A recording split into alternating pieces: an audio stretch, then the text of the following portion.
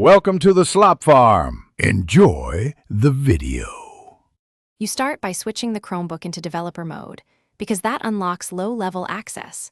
Once done, enable USB booting in firmware settings. Make a Windows 10 or 11 64-bit USB installer with Rufus on another PC, 8 GB minimum, so you can boot and install.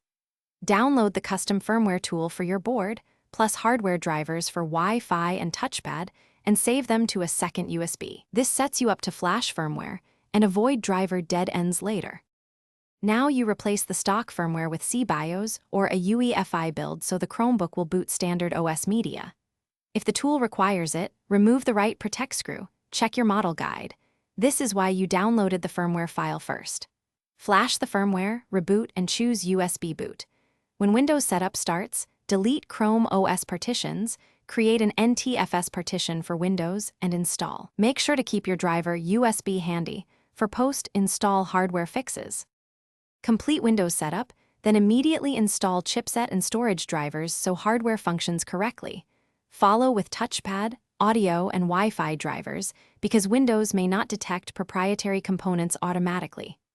Once stable, decide about secure boot. Most custom firmware supports leaving it off. If you removed Write Protect, reinstall the screw to protect firmware. If something goes wrong, use a USB Ethernet adapter or Wi-Fi dongle to get online and fetch drivers. This single trick often resolves apparent network failures quickly. Thanks for watching. Consider subscribing if we helped you today.